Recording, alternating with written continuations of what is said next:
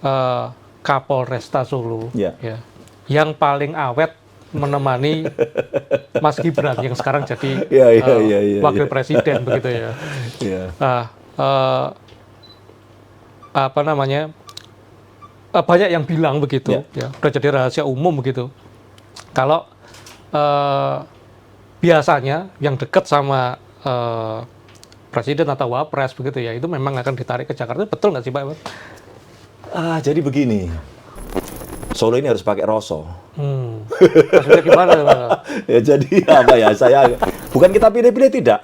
Tapi kira-kira ini, mohon maaf ya, terkadang kan orang ada aja lah, saya tidak usah sebut orangnya, ada aja kepentingan-kepentingan yang mohon maaf Mas, betul. dia mengambil apa namanya itu take decision untuk keuntungan dia dengan bicara apa. Ya saya kan harus menyikapi dengan baik, saya tidak akan mungkin menolak dong. Tapi kan saya melihat, padahal Pak Presidennya belum tentu. ya itu dia, udahlah Mas bisa jawab lah. Ya itu yang tidak ada di daerah lain. Assalamualaikum warahmatullahi wabarakatuh. Bertemu lagi di podcast tribunsolo.com. Kali ini saya bisa dibilang kembali kedatangan tamu, ya, teman ngobrol saya dan teman berdiskusi saya, yakni Pak Kapolresta Surakarta, Komisaris Besar Polisi Iwan Saktiadi. Pak Iwan, selamat siang. Selamat siang Mas. Terima kasih sudah menyempatkan berkunjung ke Tribun Solo, ngobrol-ngobrol di tengah kesibukannya ini karena musim liburan belum selesai gitu, jadi Solo masih macetnya masih ada ya Pak Iwan ya. Iya. Dan jumlah wisatawan makin naik Pak Iwan. Iya. Ya tentunya apa namanya itu, yang pertama terima kasih, ini kali kedua ya. Kali kedua kita berbincang-bincang di markasnya Tribun. Jadi bicara mengenai Solo itu kan, Solo merupakan salah satu dari sekian kota yang memang sudah ada semenjak dulu ya. Maksudnya sudah kota jadi yang saya katakan kota yang sudah tua. Artinya landscape-nya pasti tidak akan mempunyai jalan yang row-nya luas, kemudian tata kotanya juga pasti akan sedemikian, istilahnya sedemikian ini ya. Jadi dia masih betul-betul mengusung konsep lama. Nah ini juga yang menjadikan Solo ini memang keunikan. Ya, heritage memang Solo ini memang didesain dari zaman dahulu, apa namanya itu, masanya kerajaan sampai sekarang seperti itu Mas. Artinya kemudian Solo menjadi kota yang bagian dari sekian destinasi wisata, di mana Solo ini jualannya itu seperti saya katakan, Solo ini kan tidak mempunyai sumber daya yang bisa dikelola seperti daerah lain, ada tambang, kemudian mungkin laut atau landscape pegunungan, pertanian, tidak ada. Solo ini benar-benar artificial. Kita mais ya, kita menyelenggarakan meeting, kita menyelenggarakan konser, kita menyelenggarakan convention dan lain sebagainya. Benar kota. Ya, benar-benar landscape-nya hanya 5 kecamatan dengan penduduk kurang lebih 600 ribuan yang benar-benar sudah citizen-nya aja padat ya, apalagi kedatangan orang luar. Nah, ini terjadi di setiap liburan, di setiap masa-masa hari raya. Ini pasti Solo, selalu saya katakan di setiap media, saya katakan, Pak, pertanyaannya teman-teman media itu, Pak, nanti gimana Pak? Apakah macet? Ya, saya langsung katakan, di mana Pak? Di mana-mana. Kemarin katanya jumlah kendaraan yang datang itu tercatat bahkan melebihi jumlah penduduk kota Solo itu sendiri. Kendaraannya aja itu berarti, belum orangnya. Ya itu, Mas, faktanya demikian. Artinya resiko sebagai sebuah destinasi wisata itu tentunya kalau kita mengupgrade kota, kemudian menyiapkan infrastruktur yang mungkin istilahnya sesuai dengan angan-angan dan cita-cita bahwa row-nya lebar-lebar, wah, cost-nya terlalu tinggi. Ya heritage-nya ya kita nikmati. Justru dengan masuk ke ceruk-ceruk kampung yang sempit, kemudian parkiran yang terbatas, sudut-sudut kota yang masih menampakkan aslinya seperti tempo dulu, kemudian relung kota yang memang betul-betul kita datang disuguhkan sesuatu yang memang masih original. Nah itu yang tidak akan dirubah dari Solo. Bahkan cagar budaya kan memang sudah dituliskan untuk tidak boleh diapa-apain. Nah, ini merupakan salah satu bagian unik dari Solo yang saya kira ya harus kita kelola dengan baik, Mas. Kalau padat itu harapan masyarakat Solo, para pelaku usaha Solo pasti akan padat. Kalau kosong malah tanda tanya kan. Betul. UMKM, PK5, kemudian wisata kuliner, kemudian wisata-wisata yang lainnya yang ada di Solo, Food and Beverage yang disuguhkan di Solo ini kan harapannya orang-orang datang menikmati Solo, ya baik itu pagi, siang, malam, yang dengan segala macam keanekaragaman dan keunikannya, ini harapannya kan begitu. Hektiknya tinggi mana Pak Iwan? Ya. Nataru sama Lebaran tuh padat mana kalau Solo? Imbang-imbang sih, Mas. Kalau dua-duanya ini kan memobilisasi orang, yang satu mungkin orang Solo yang merantau, yang kedua orang aglomerasi Solo yang pengen datang ke Solo. Apalagi sekarang ditunjang infrastrukturnya tol Solo Jogja ini sudah tersambung hampir tersambung lah. Saya katakanlah Prambanan. Menghemat 30 menit untuk bisa datang ke Solo. Ini kan luar biasa. Jadi flow-nya itu benar-benar, kita ngitung pagi itu di traffic accounting kita di TMC itu. Kemarin pagi saya live sama salah satu media itu, salah satu radio itu, pagi itu udah angkanya udah 100.000 masuk. 100.000 kendaraan? Pagi ya? Kendaraan? Apa kendaraan? jadi padahal satu kendaraan itu minimal 2. Ya, kita udah traffic accounting kan ada, Mas. Kita ada apa namanya, traffic management center kita kan sudah viewing-nya udah elektronik ya. Jadi pintu masuknya itu di 4 pintu masuk yang ke Solo itu dari timur, utara, barat, dan selatan itu ngitung 100.000 itu pagi. Nah, belum nanti saya fix-nya siang sampai sore. Nah, tapi sekali lagi itulah Solo yang harapannya masyarakat pelaku usaha itu, khususnya yang apa namanya itu UMKM ya, Mas ya, yang menyediakan berbagai macam suguhan khas Solo, harapannya seperti itu. Dan memang terbukti tempat-tempat kuliner yang kita tagging untuk nanti pengamanan betul. Jadi beberapa tempat makanan, yang makanan berat maupun makanan ringan yang sudah legend ya, ada beberapa dari mulai sate, soto, apa segala macam itu benar-benar full. Hari itu kita menjelang Natal itu, kemudian kemarin menjelang tahun baru, hektik luar biasa. Jadi pergerakan masyarakat itu ada di situ. Pergerakan masyarakat itu ada di samping itu ada beberapa tempat baru seperti Solo Safari, kemudian ada Keraton. Keraton kan memang segmennya sudah jelas ya, segmennya seperti itu. Kemudian ada Mangkunegaran sendiri, kemudian tempat-tempat lain ya seperti itu, Mas. Solo growth-nya seperti itu. Itu kalau di kepolisian challenge-nya apa itu Pak Iwan, setiap ada musim liburan begitu Solo penuh begitu hektik, apa challenge yang paling kerasa apa kalau kepolisian? Ya kalau selalu saya katakan polisi ini bekerja dari hulu sampai hilir, dari ranah privat ke ranah publik. Jika ada kegiatan masyarakat, prinsip saya menyampaikan kepada jajaran saya itu bahwa kita harus selalu ada di sela-sela kegiatan masyarakat manakala kita dibutuhkan. Entah itu apa namanya itu membutuhkan untuk dalam kategori ada suasana, ada situasi tertentu, atau memang kita hadir untuk menjaga keamanan. Nah, hadirnya kita di tengah-tengah masyarakat untuk melindungi, mengayomi, dan melayani masyarakat, itu tujuannya adalah untuk menciptakan rasa aman. Masyarakat beraktivitas, kita jagain. Masyarakat berkegiatan, kita jagain. Kalau ada kepadatan, ya kita turunkan personel lalu lintas untuk membantu mengurai kepadatan. Kalau saya mengatakan hadirnya polisi nanti kemudian membuat semuanya lancar, saya tidak bisa mengatakan begitu, karena bukan hanya masalah polisi. Ini masalahnya adalah raw, kemampuan volume, apa namanya itu, kapasitas jalan menampung volume kendaraan. Ini kan harus paralel semua, tidak hanya mungkin polisi ini menghadirkan polisi hanya memastikan agar satu peraturan tetap dipatuhi. Kemudian helpful kalau memang butuh diskresi. Contoh misalnya ada lampu merah yang ternyata dengan lampu merah ini volumenya nggak berimbang, sementara lampu merah itu belum terkoneksi ke kami untuk intervensi secara elektronik. Nah, polisi harus hadir manual, kita berikan pengaturan pelayanan. Contoh kemarin, Mas, waktu menjelang Natal, beberapa gereja kita ini kan memang gereja-gereja lama ya, yang adanya di tepi jalan. Nah, kita nggak bisa apa namanya istilahnya merekayasa sedemikian rupa. Kenapa? Karena jemaah satu itu sekali misa itu 5.000 sampai 6.000. beberapa gereja besar ya. Masa kategori prioritas 1 kami. Otomatis 5.000 orang datang bersamaan, datang hampir bersamaan dan kemudian pulang bersamaan. Otomatis kan tidak bisa kita mau kita apain kan begitu ya, kita atur. Nah, makanya jauh waktu kita berikan sosialisasi kepada masyarakat bahwa gereja-gereja ini nanti akan jemaahnya padat. Kemudian jemaah juga kami sampaikan lewat para pengurus gereja untuk sebisa mungkin lokasi parkirnya atau mungkin tidak semuanya membawa kendaraan dan lain sebagainya seperti itu, Mas. Pak Iwan, ya.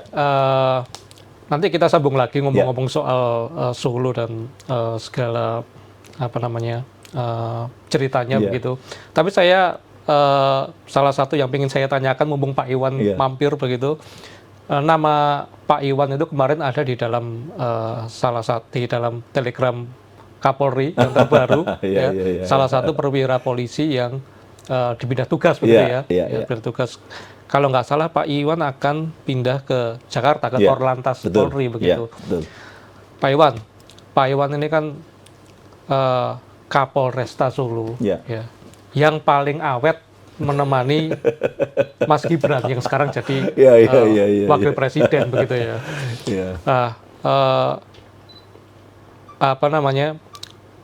Banyak yang bilang begitu, udah jadi rahasia umum begitu. Kalau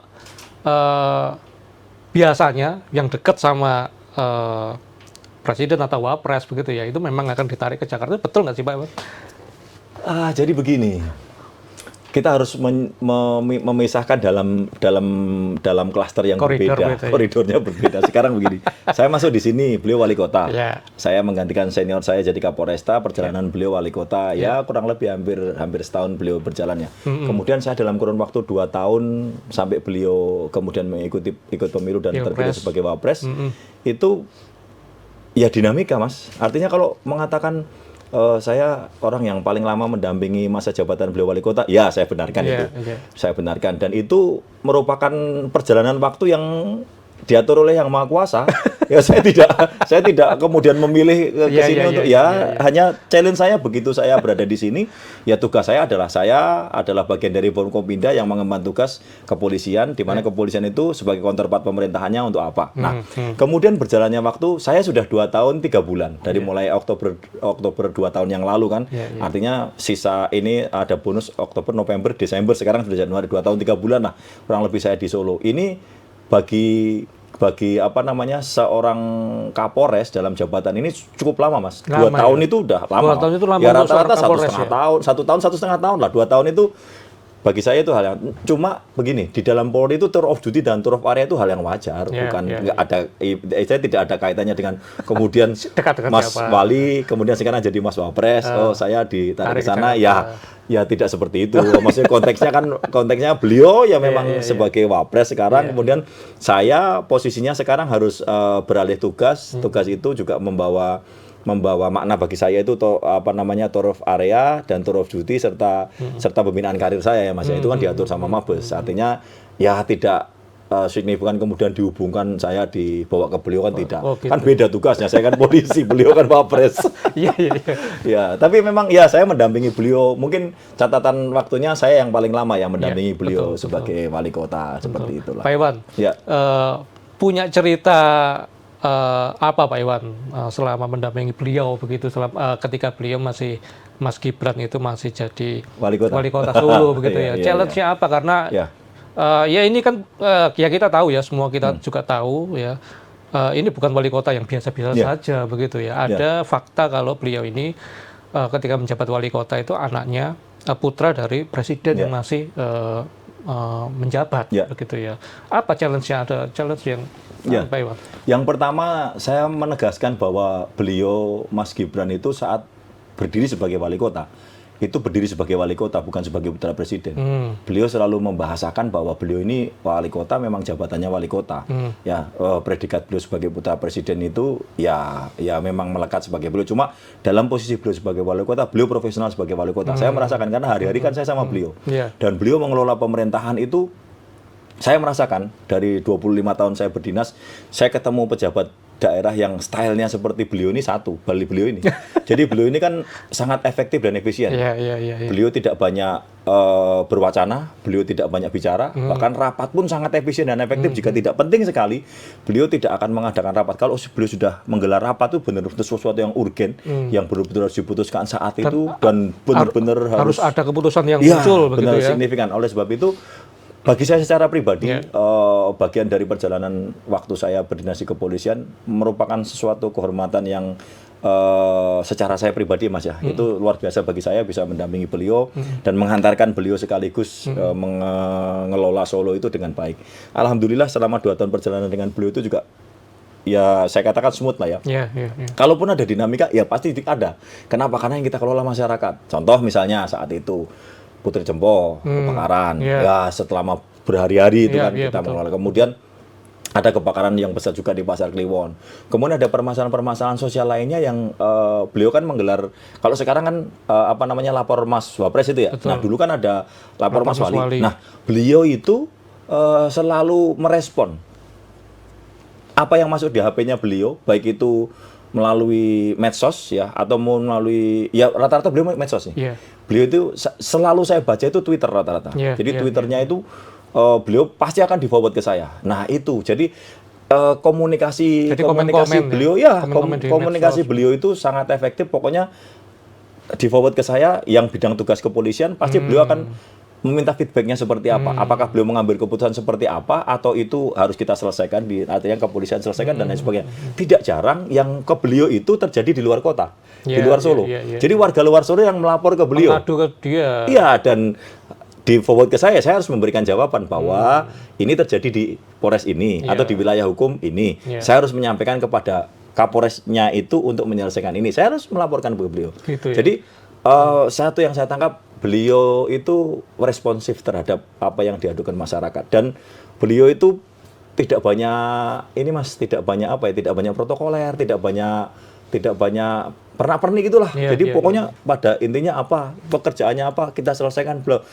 Apa yang dibutuhkan ya kita berikan, apa yang menjadi masalah ayo kita cari solusi. Jadi tidak terlalu panjang wacana, adu argumen, enggak. Ayo mari kita selesaikan segera apa yang menjadi bagiannya. Nah, saya kemudian Forkompini yang lain ada Dandim dan lain sebagainya yang mengambil peran sesuai dengan bidang kita untuk membantu beliau mengelola Solo seperti itu, Mas. Jadi sampai itu ya Pak Iwan, hubungannya profesional antara wali kota dan Kapolres yang menyampaikan keluhan masyarakat.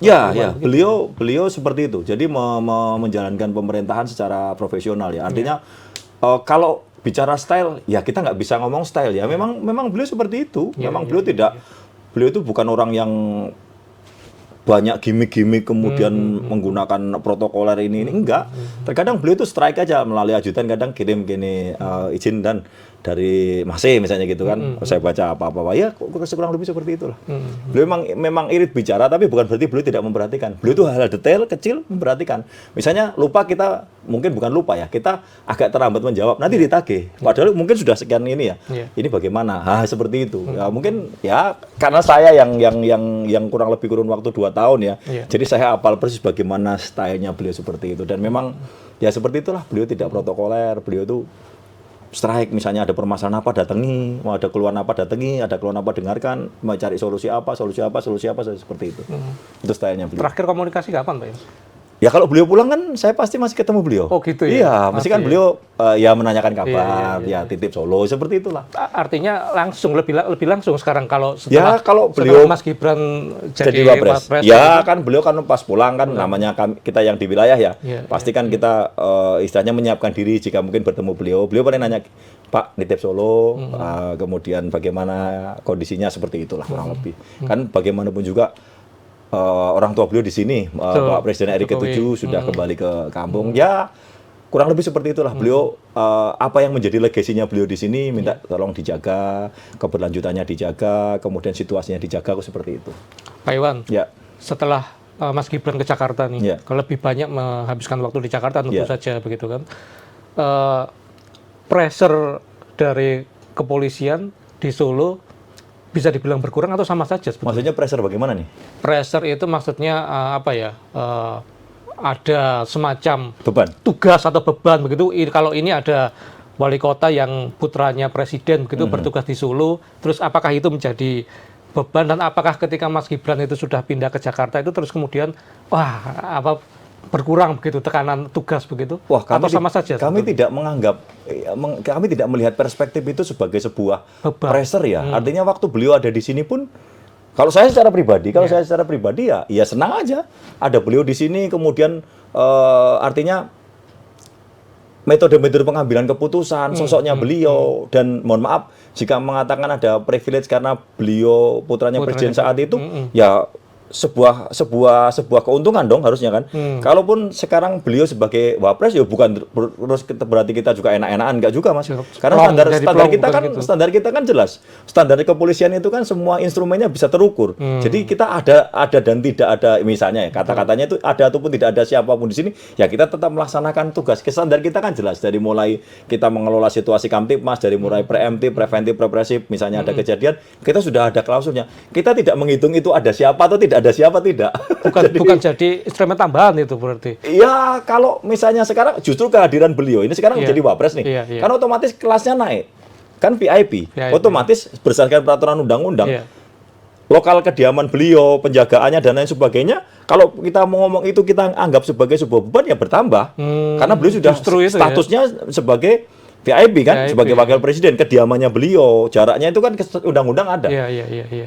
Kepulangan beliau Bapak Presiden Republik Indonesia ke-7 setelah beliau purna tugas itu juga merupakan suatu hal yang menjadi perhatian bagi kita. Nah, kalau kita merasa demikian, tapi kan bukan seperti itu Mas. Konteksnya ya namanya kepolisian itu selalu bekerja dari hulu sampai hilir, ada ataupun tidak ada permasalahan, kemudian ada kejadian atau tidak ada kejadian, ya kita harus mengelola. Oh, ini ada satu tambahan ya, saya katakan ada satu tambahan di mana kondisi seperti perkiraan intelijennya bahwa di sini sekarang sebagai kediaman Wapres. Nah, statusnya kan otomatis berubah. Ini berubah juga akan ke circumstance yang lainnya.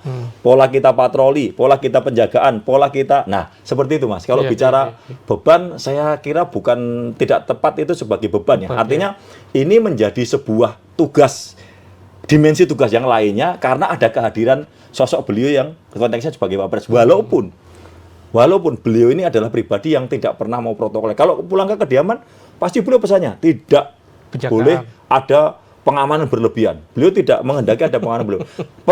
Kehadiran petugas itu untuk masyarakat. Beliau mau kemana-kemana, ya sudah ada pengawalnya. Itu pun beliau juga tidak menggunakan pengawal yang beliau orang yang berlebihan seperti itu. Ya jadi sosok seperti inilah yang menjadikan kita harus menerjemahkan. Ya ini kan apa namanya ya, istilahnya dinamika ya Mas ya. Bagaimana kita mengambil keputusan sebagai seorang kepala kepolisian resort ya. Akhirnya ke wilayah, oh seperti ini ada Wapres yang sedang berkunjung. Agendanya apa? Kita harus bagaimana? Nah ini kan seni. Seperti itu Mas. Iya. Pak Iwan,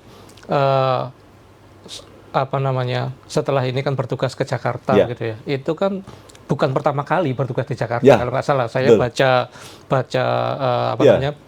profilnya Pak Iwan begitu, biodatanya Pak Iwan. Pernah di Polda Metro. Pernah di Polda Metro Jaya begitu, dan sama-sama di lalu lintas ya. Iya betul. Kalau ini di Korlantas, waktu itu Polda Metro kan di Lantas. Kalau ini kan di levelnya Mabes ya, headquarter ya. Gitu. Pak Iwan, bakal ada kepikiran nggak, waduh kembali lagi ke Jakarta begitu kan ya. Katanya orang itu kan kalau di Solo itu kan bisa menikmati slow living begitu ya. Iya. Tapi sebenarnya nggak slow living loh. Kalau sebagai polisi kan itu kembali lagi ke Jakarta yang lebih hektik, yang lebih macet, begitu ya, lebih padat, lebih crowded begitu ya.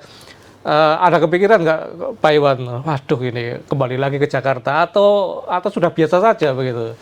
Sudah menjadi bagian dari resiko tugas ya. Artinya seperti kami ini ya saya dan teman-teman yang mungkin alumni Akpol lah ya, seperti itu dengan tour of duty dan tour of area itu sebagai satu bagian dari dinamika tugas yang memang harus kita jalani. Artinya kepindahan dari satu tempat tugas ke tempat lain, dari daerah ke daerah lain dengan penugasan yang berbeda itu merupakan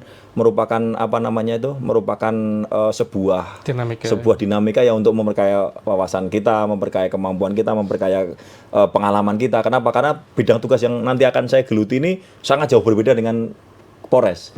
Artinya ini kan spesifik mengenai lalu lintas. Jadi ini kemudian spesifik mengenai pekerjaan-pekerjaan yang kantoran, yang pekerjaan staf yang dimana ini nanti jadi regulator di sini. Artinya bukan lagi tataran seperti saya yang di wilayah mengelola semua aspek ya. Ini kan bukan hanya lalu lintas, saya mengelola Reskrim, Intel, lalu lintas, kemudian Samapta, kemudian Bimas, semua fungsi teknis kepolisian ini ada. Tapi kalau nanti di headquarter ini saya khusus mengelola spesifik mengenai lalu lintas. Artinya jika itu dianggap sebagai sebuah kelonggaran ya agak lebih longgar karena yang saya kelola hanya satu ibarat gitu kan. Nah, hanya walaupun dengan istilahnya dengan eselon yang berbeda di atasnya tapi bidang tugasnya murni pada satu bidang tugas. Kalau ini kan istilahnya multifungsi gitu Mas. Seperti itu. Kalau di Solo itu kan legasinya Pak Iwan itu kalau yang paling kelihatan paling terkenal itu Sparta. Yang paling sering bikin viral itu emang memang di eranya Pak Iwan atau? Ya alhamdulillah sih kalau memang itu dianggap sebagai legasi ya. Karena memang maksud saya juga seperti itu. Artinya begini, menghadirkan Sparta sebagai sebuah ikon. Saya kalau mengatakan sama anggota itu jadi kelangenan lah, kelangenan. Kelangenan itu kalau orang Jawa bilang itu kelangenan itu kalau nggak ada ditunggu, kalau ada kemudian datang senang. Nah, saya mengatakan kepada Sparta itu sebagai sebuah one stop solution lah. Kalau ada call center apapun itu, ya saya sampai mengibaratkan nanti misalnya suatu saat ada warga yang kucingnya hilang, kemudian telepon hotline-nya, itu top. Saya memberikan macamnya gitu sama anak-anak Sparta itu Mas ya. Jadi betul-betul nanti suatu saat nanti akan bertransformasi. Kamu bukan hanya hadir untuk perkara-perkara yang gangguan ini tidak. Nanti kamu itu akan dianggap sebagai penolong dalam hal apapun. Nah, saya selalu berbicara mungkin kesempatan saya bicara di radio, Mas, saya bicara di talkshow dan lain sebagainya. Saya selalu mengangkat ini. Kenapa Sparta yang saya hadirkan? Kenapa? Landscape-nya Solo ini kecil, 5 kecamatan. Kemudian jangkauannya Sparta itu cukup cepat karena dengan motor. Kemudian Sparta ini merupakan istilahnya unit yang paling cepat sampai di situ. Walaupun ada polsek, tapi polsek itu kan personilnya terbatas, Mas. Nah, Sparta ini memang khusus saya desain untuk menangani permasalahan-permasalahan sosial yang acap kali muncul ya bukan cuma pagi. Mereka itu kan 24 jam berdinas walaupun kita bagi shift ya. Nah, alhamdulillah dengan sepak terjang mereka yang seperti itu, yang kemudian tanggap, kemudian cepat datang, kemudian solutif dan lain sebagainya, ya akhirnya mindsetnya masyarakat, Sparta itu helpful. Bagi beberapa orang yang mohon maaf dalam tanda kutip pernah berhubungan dengan Sparta, hati-hati loh ada Sparta, bagus. Ya, betul. Mengirim sinyal kepada orang yang niat dan kesempatannya emang mau jahat, hati-hati ada Sparta. Nah, malah sekarang itu kan netizen kalau komen itu kan bahasanya bukan laporkan polisi aja, bukan begitu. Lapor Sparta. Iya, gitu. Gak apa-apa Mas, biarkan aja. Biarkan tagline-nya Sparta itu melekat di framing pikirannya masyarakat bahwa kalau ada apa-apa telepon aja Sparta. Nah, itu yang saya harapkan. Gitu ya. Itu yang saya harapkan. Memang bentukan Sparta saat itu tuh untuk menjawab tantangan-tantangan yang seperti itu. Hal-hal yang ya kita kan nggak pernah tahu Mas kapan munculnya sebuah kejahatan. Karena terkadang mungkin orang itu nggak niat aja, tiba-tiba ada kesempatan. Akhirnya niatnya muncul kan. Kemudian itu terjadi friksi, terjadi gesekan dengan masyarakat karena haknya terganggu. Ya paling cepat itu. Makanya saya minta mereka tuh gampang. Setiap kamu tempat apa tempel itu call centermu. Saya suruh bikin stiker kecil-kecil tuh call center Sparta dimanapun. Di setiap saya talkshow juga saya sampaikan Sparta. Kenapa? Sparta saya sedikit flashback. Saya pernah cerita kalau nggak salah waktu podcast saya pertama, waktu saya di Jepang itu, saya tertarik itu dengan dedikasi polisi di sana yang penting datangi dulu, aduan masyarakat itu yang penting jawab dulu. Terungkap sama enggak itu urusan belakang, urusan ke 30.000 lah katanya. Nah ini yang saya ajarkan sama Sparta. Gini, basic need-nya manusia itu apa saya gitu kan. Salah satunya adalah butuh didengarkan kan. Ya udah, kalau ada call center kok datangi. Nah, ini lama-lama kan menjadi sebuah bola salju yang lama membesar. Kalau ada apa-apa orang kan secara pengalaman empirik kau aja telepon Sparta, kadang Sparta, telepon Sparta. Nah, itu lama-lama dari mulut ke mulut ini kan mohon maaf seperti layanan jasa, Mas. Betul. Ditelepon bener-bener datang. Tadinya lucu, Mas. Sparta itu awal-awal itu orang ngetes. Laporan di sini, nggak ada. Nggak apa-apa, udah. Sampai kau bersabar. Ada saatnya itu moment of truth itu nanti akan terbentuk. Bener. Lama-lama Jadi banyak yang ngeprank gitu maksudnya? Oh, iya, banyak yang ngeprank ya. Tapi ada pengalaman yang menarik di mana saya masih ingat betul seorang masyarakat yang mengadu di depan rumahnya itu pakai nongkrong anak-anak muda kurang lebih 5 sampai 6 orang itu, kemudian malam-malam sudah tengah malam gitu. Mungkin nggak mabuk ya, tapi rame. Ketawa, nyanyi gitu, itu kan. Si masyarakat itu ngirim itu dari balik pintu, Mas. Ini kan pintu gerbang itu ya, dibuka sedikit, jadi dia difoto. Otomatis pintu gerbangnya masih kelihatan. Karena dia takut. Tek dikirim, Pak, mohon bantuan di depan rumah saya, bla bla bla bla bla. Kita datangi. Difoto lagi sama dia pas separtai itu ini. Pak, terima kasih ya Pak, ini. Saya ngampaikan sama dia, ini loh. Kebahagiaan kita sebagai seorang aparat negara penegak hukum yang namanya polisi itu seperti ini. Dapat ucapan terima kasih gitu sudah. Loh, saya juga tidak berharap ucapan terima kasih, Mas. Artinya keinginan masyarakat lah, mendapatkan pelayanan kepolisian seperti itu hal yang sangat luar biasa. Saya katakan kebanggaan dan kebahagiaan kita sebagai polisi itu begini loh. Hal-hal semacam ini kemudian hadir. Kemudian banyak lagi trennya kemarin itu kan knalpot brong sudah kita pangkas. Ya insya Allah Solo sudah jauh lah turunnya lah. Kalau secara grafik. Kemudian yang kedua miras. Di mana-mana mereka minum. Ya kita kecil-kecil Mas. Saya ngomong sama mereka. Miras itu kemudian tidak semuanya kita angkut. Kita meja hijaukan tidak. Ada pola-pola namanya kita restoratif justice. Ada namanya kita pola-pola pembinaan. Dimana jika memang itu sebuah kelalaian ya kita panggil orang tuanya, kalau itu sekolah atau mungkin masa-masa yang masih dalam pembinaan orang tua kita ingatkan bahwa anaknya balapan. Kemudian hal-hal lain yang sifatnya gangguan kemasyarakatan. Mereka ke sana dan Mas sampaikan sendiri kan bagaimana mindsetnya masyarakat Sparta gitu kan. Ya harapan saya seperti itu. Pak Iwan, selama bertugas di Solo ini, menurut Pak Iwan apa yang paling berkesan dari Solo? Yang paling berkesan ya, yang membedakan dengan tempat lain. Betul. Solo ini harus pakai roso. Maksudnya gimana? Ya jadi apa ya? Saya kalau ini sebenarnya berhubungan dengan ini berhubungan dengan semuanya Mas. Artinya begini. Kita tahu ya Solo itu sudah ada Bapak Presiden yang kemudian menjadi Presiden RI ke-7, purna di Solo, disusul putranya sebagai Wakil Presiden. Wah, itu kalau kita melihat sejarahnya, Bapak Presiden ini kan orang Solo asli. Teman-temannya itu kan Solo Raya. Ya kan orang-orang yang mohon maaf yang ada di Solo Raya ini kan semuanya punya akses ke Presiden. Nah, kenapa saya pakai roso? Ya tadi itu harus pakai roso. Siapa yang kita hadapi? Bukan kita pilih-pilih, tidak. Tapi kira-kira ini, mohon maaf ya, terkadang kan orang ada aja lah, saya tidak usah sebut orangnya, ada aja kepentingan-kepentingan yang mohon maaf Mas. Betul. Dia mengambil take untuk keuntungan dia dengan bicara apa. Ya saya kan harus menyikapi dengan baik, saya tidak akan mungkin menolak dong. Tapi kan saya melihat. Padahal Pak Presidennya belum tentu. Ya itu dia, udahlah Mas bisa jawab lah. Ya itu yang tidak ada di daerah lain. Itu yang tidak didapati di daerah lain yang saya kelola selama 2 tahun sekian bulan. Tiba-tiba saya ini loh. Ini cerita. Ya kan harus saya dengarkan. Oh ya Pak. Ya Pak, bagaimana Pak? Ada yang bisa kita bantu gini. Wah, itu Pak Kapolres. Gini usut punya usut. Oh, ternyata untuk kepentingan pribadi. Ya, tidak sedikit lah yang begitu, Mas. Ya, seperti itulah. Makanya di sini kan benar-benar ya harus pakai roso. Semuanya itu kita tidak bisa gegabah di sini. Ada sesuatu yang mohon maaf nih. Perkara kecil, ternyata rentetannya panjang. Guys, seperti itulah. Jadi memang 25 tahun saya berdinas ya memang yang paling unik ya di sini. Kalau ada istilah jarum jatuh di Solo ini, di Jakarta itu bunyinya seperti linggis jatuh. Itu berlaku nggak buat Pak Iwan? Ya. Ya terkadang gitu ya. Jadi itu sebenarnya begini Mas, Kenapa seperti itu? Ya tadi related sama yang saya sampaikan tadi. Kebetulan ada kejadian yang menimpa itu mungkin dulunya waktu beliau jadi wali kota kena dengan orang ini.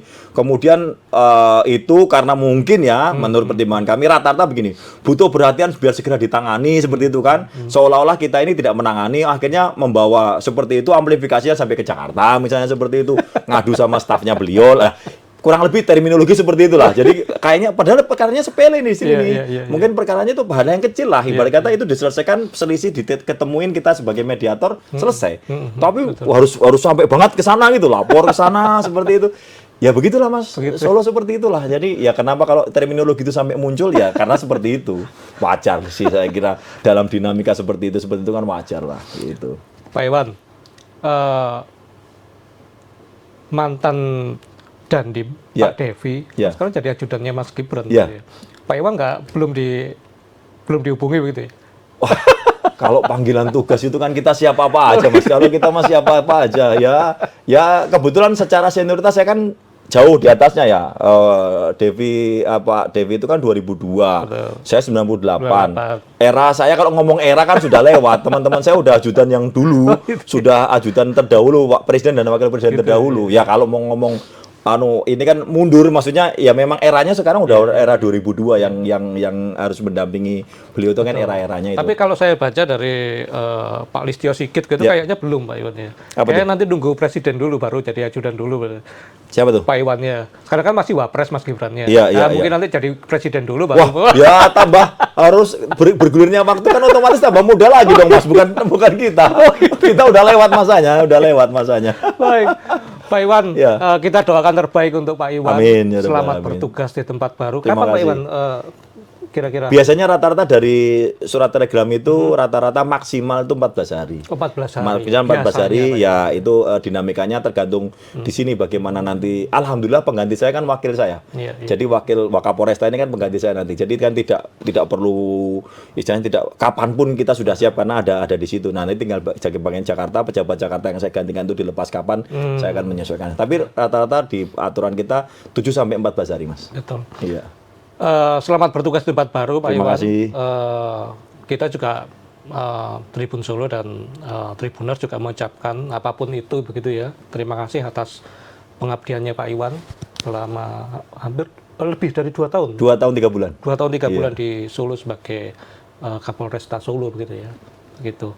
Meskipun bertugas di Jakarta semakin jauh dari kampung halaman Cilacap, lagi begitu. Iya. Tapi memang seperti tadi kata Pak Iwan, sebagai seorang perwira polisi, tour of duty hal biasa. Ya, hal yang biasa. Kita bertemu lagi, sekali lagi terima kasih Pak Iwan sudah menyempatkan diri mampir ke Tribun di tengah kesibukan menjaga kota Solo tercinta. Gitu. Terima kasih, Mas. Ya. Demikian ngobrol-ngobrol kita dengan Kapolresta Surakarta, Kombes Polisi Iwan Saktiadi. Kita bertemu lagi di podcast Tribun Solo selanjutnya dengan tamu dan tema yang berbeda. Saya Aji Bramastra undur diri. Assalamualaikum warahmatullahi wabarakatuh. Waalaikumsalam warahmatullahi wabarakatuh.